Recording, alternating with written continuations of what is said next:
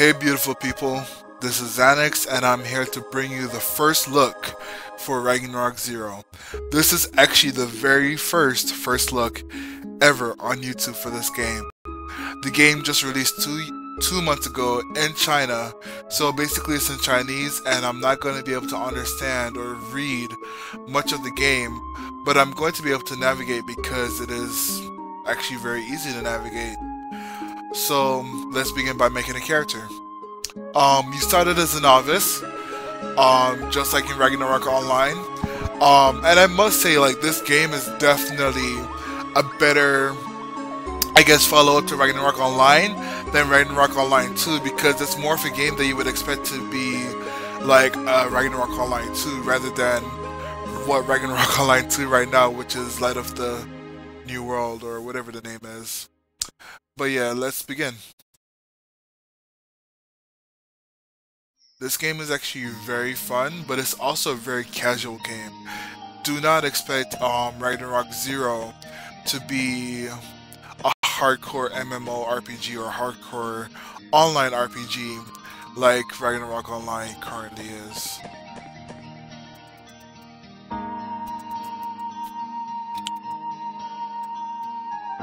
And I must say, for a browser game, like, and I know Ragnarok Online is very old, but I am really just impressed. I am really happy with how close it looks to Ragnarok Online. Like, it looks legitimately like a Ragnarok Online game.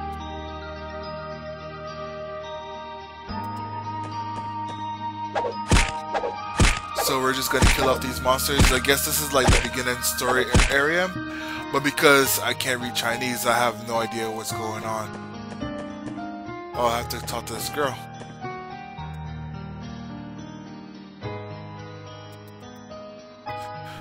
Let's go with Xanax TV. Oh, Xanax. Awesome.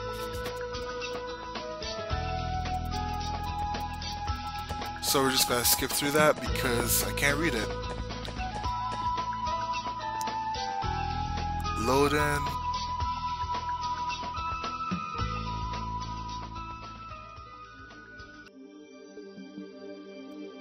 And we're here. I believe we're in Frontera. I've played some of the game previously, like about, I don't know, 30 minutes worth, so I didn't get too far into the game on my own.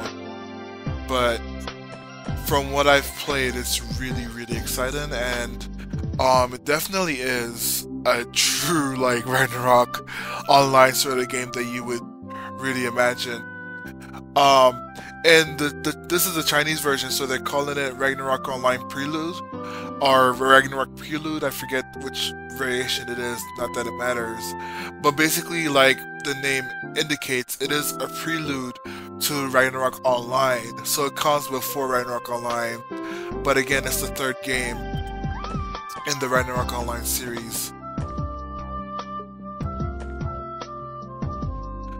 Okay, so one thing I do have to say about this game, I said it earlier, and I do mean, like, this game really is a casual RPG. Do not play this game expecting hardcore, like, deep grinding, like, grinding for days upon days, hours upon hours. Like, do not expect that when you play this game, because, like, I don't know if it's because it's a browser adaptation or because we're in the current generation that it is now, but this game is much easier to level in than in Ragnarok Online, and it is much more simple than Ragnarok Online itself.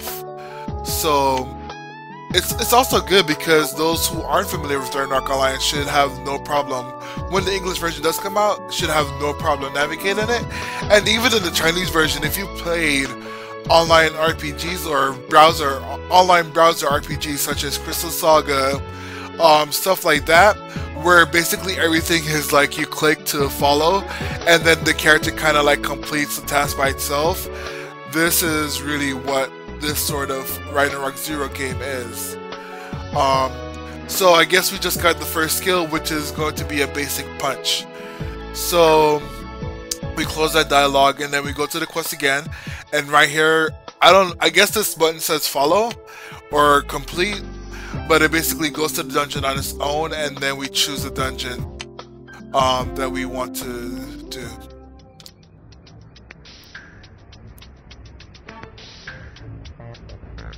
Now for the combat is actually auto attack. So basically, I can just sit back and it'll attack on its own. And even when enemies come near, you don't even have to target them. The character will actually attack them on its own. Which I don't know if I can even disable. Like right now, like I'm not even pressing it to attack them, but it attacks on its own.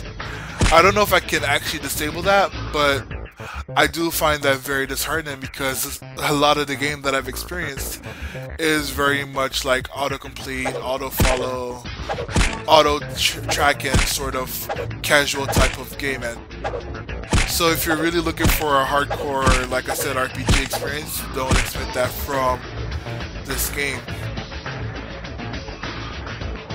Now we've completed the dungeon in good time, and we're probably going to get 3 stars because every dungeon should be 3 stars for the first good while.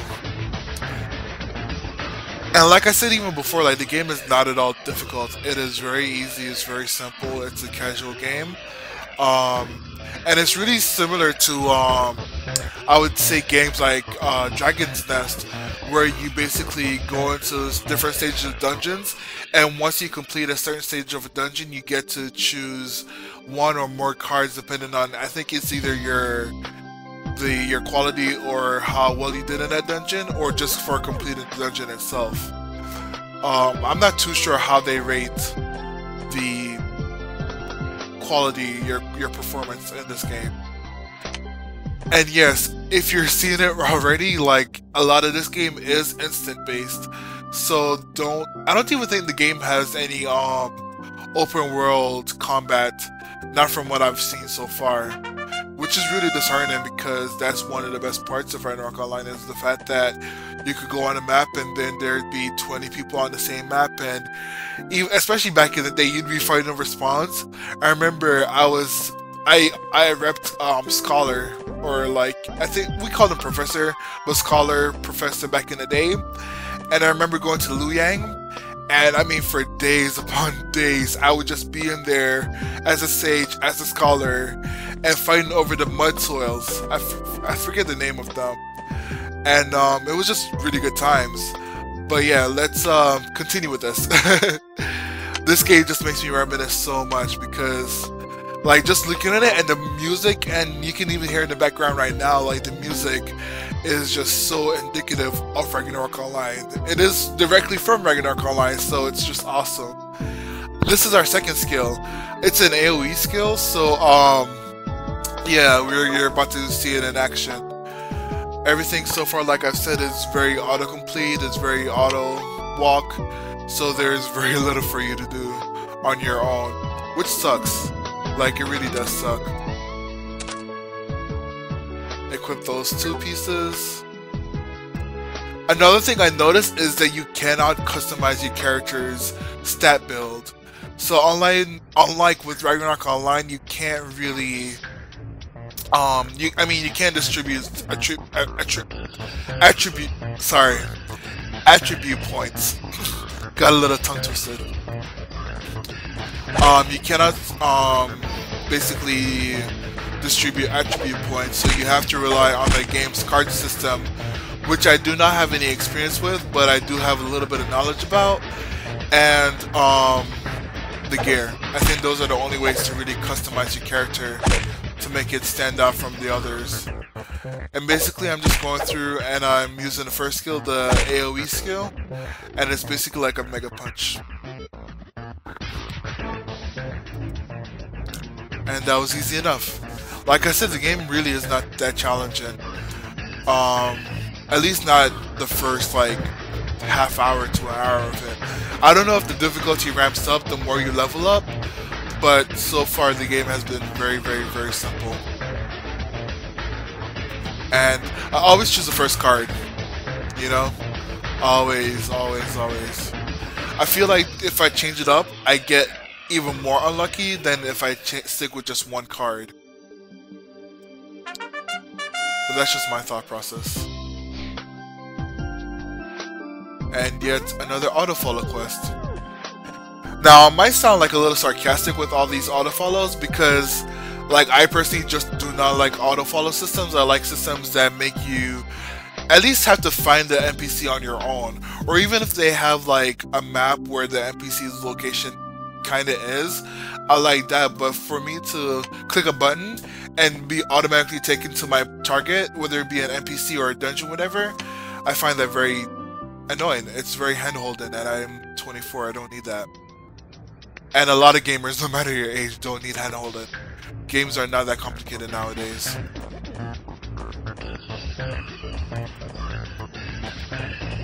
We're gonna kill this thief bug. I don't remember the names of a lot of monsters on Ragnarok Online because it's been like 4 years since I played the actual Ragnarok Online, but I do remember some of the names. And the thief bug is definitely probably the most infamous one because back when I played, the golden thief bug card was definitely the most overpowered card you could have, especially going against the wizard. I think it nullified completely all magic damage done to you or something like that. Yeah, it was really, really overpowered. But it was also extremely rare.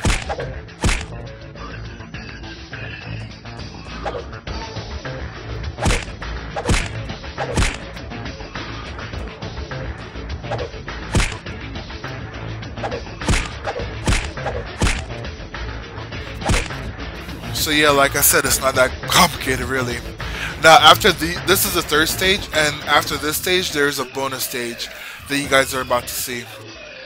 And the bonus stage is actually it's fun. It's a mini game. It's not an actual like fight monsters.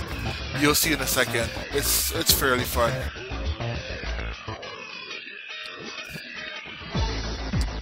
First one. Oh yeah.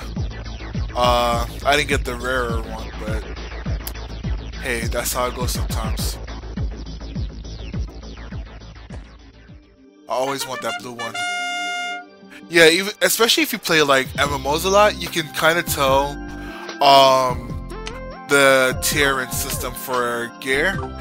And in the tooltips for certain gear, like when you want to replace something, like say you want to replace this glove, you can kind of see which stat will do more or what the stat differences between them is.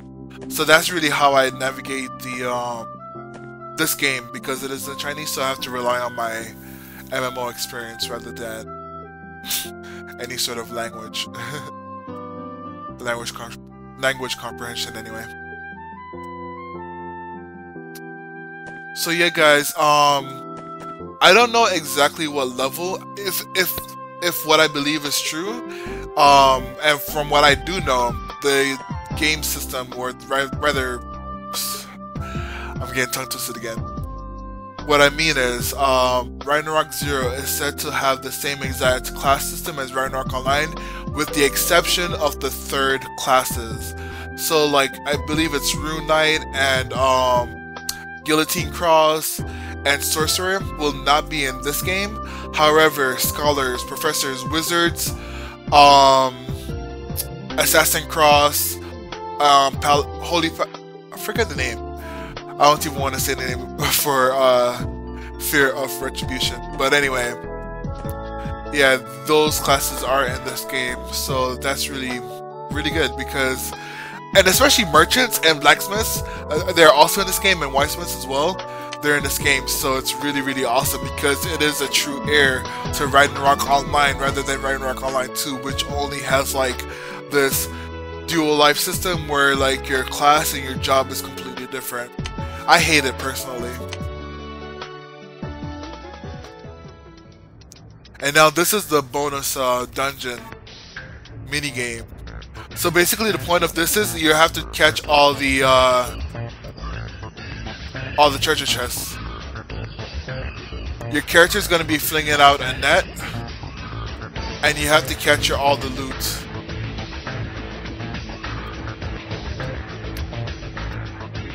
Oh, it doesn't look like it's loading properly right now. The net's supposed to be shooting out.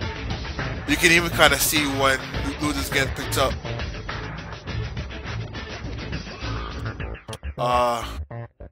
Trying to, yeah, there we go.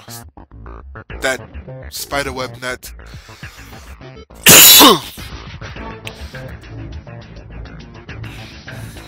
Come on. Gotta get you.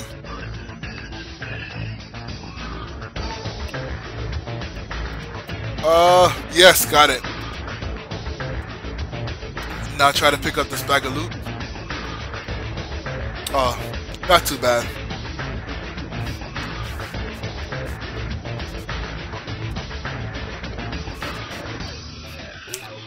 I believe I got 3 stars. I got 4 chests, 52 coins, and 12 bags of loot. And I got 2,000 coins. Now let's see. This quest confused me at first. I don't know what the different color quests even mean. I'm sure there are different types of quests, but I know this one is kind of like a heads-up display type quest, where you basically have to level this 5 times. Well, 2 times is the first quest, and now it says 2 out of 5 times. So now you do it 3 more times, and then it's completed. Simple enough.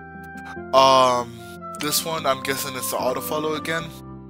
How did I know? Oh, I did not know about this. Apparently there's a secret dungeon. My other playthrough, I never knew about that one. So this is a surprise to me. Alright, seems simple enough.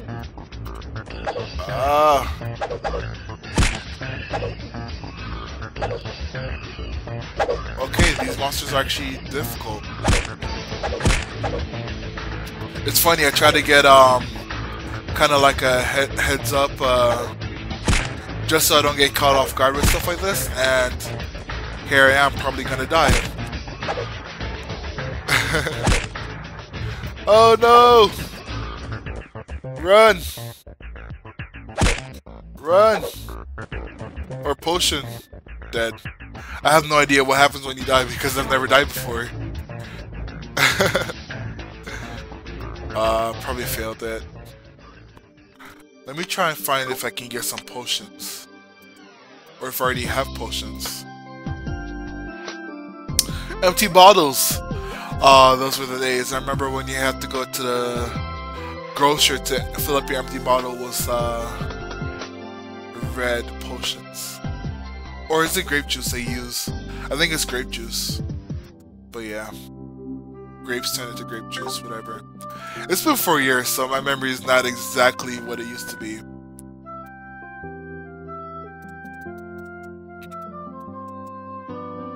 But yeah, I played this game for like, I was hardcore addicted for a long time. I played this game for about 3 years back in the day.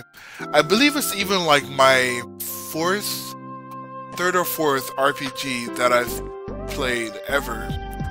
And I stuck with it for a very long time.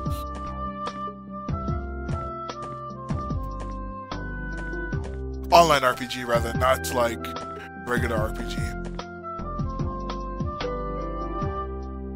Okay, so going to the newer area, it seems, and I'm already level 6. Yeah, like I said, leveling this game really isn't that difficult, and this game is just really, really wonderful. Like, it's really a blast from the past, in a new setting and in a new direction. So basically, the conclusion is this: like, from what I know of the game, oh, this is a cutscene. Let's just skip it. I can't read it, so try to skip it. No, can't.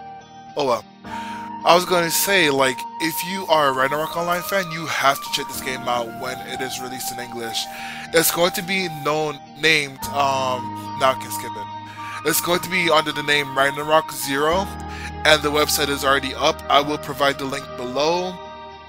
And they say the closed beta won't be for another few months, so you should expect it either like in December or January of next year. December of this year, January of next year for the closed beta. And it should it shouldn't be in closed beta too long because the game is already out in the Chinese version. So I'm sure like all they're gonna do is translate it to English and maybe hopefully make a few tweaks because the game is just very casual. But like I'm saying, like if you're a Ragnarok fan, you have to check this game out in English when it comes out. If you can navigate this Chinese version, I think I'll also provide the link for you, just for you to get a feel of the game, and then you can decide how you feel about it. But I won't post a guide on how to create an account or anything. You'll kind of have to navigate on that on your own if you're really determined. Another thing you should know, if you're a hardcore player, and you still want to check out the game, feel free, like, but don't expect a hardcore experience from this. You're not gonna get the super grindy open world feeling. You're not, like, every map so far is just full of NPCs. I have not discovered a map where, like, on the actual map itself has been monsters. Every monster that I've fought has been in dungeons, which is really unfortunate. But some more information about this game, to my understanding, once you reach level 10, just like in Ragnarok Online, you can become either a mage, thief, acolyte, merchant, or swordsman. And those branch off into rogue, assassin, archer, hunter, so on and so forth. I forget the classes, so I'm not even gonna. But you can find out the classes. Just look up Ragnarok Online classes and you'll find all the classes. They might even implement the third tier later on. I do not know for a fact if the Soul Linker and the Ninja and the Gunslinger will be in this version. That I am unsure about. But I would assume so because they said only the third tiers would be excluded. And I'm hoping they are because Gunslinger is really fun. At least it was back in the day. But yeah, definitely check out this game. And I hope you like this first look. I will probably post more videos or more content about this game, or I might even do an English version first look, talking about the story, talking about the system in detail, because right now I cannot really, like, I know this, for example, is the backpack and the character sheet and everything, and I believe this is the rankings of, like, who's the highest levels and everything, but beyond that, I don't really know much about the HUD, I don't know about the stats, I can't really give you details about the stats because I cannot read Chinese, and I cannot give you detailed information about the classes, just what I've been able to find on the forum, what I've been able to find on different, on the Chinese websites, under the classes information. I can tell you what I found there, but that's really the extent that I can do. So, yeah, feel free to check it out, look forward to this game, and definitely check it out when it comes out. Thank you guys for watching. I appreciate all of you.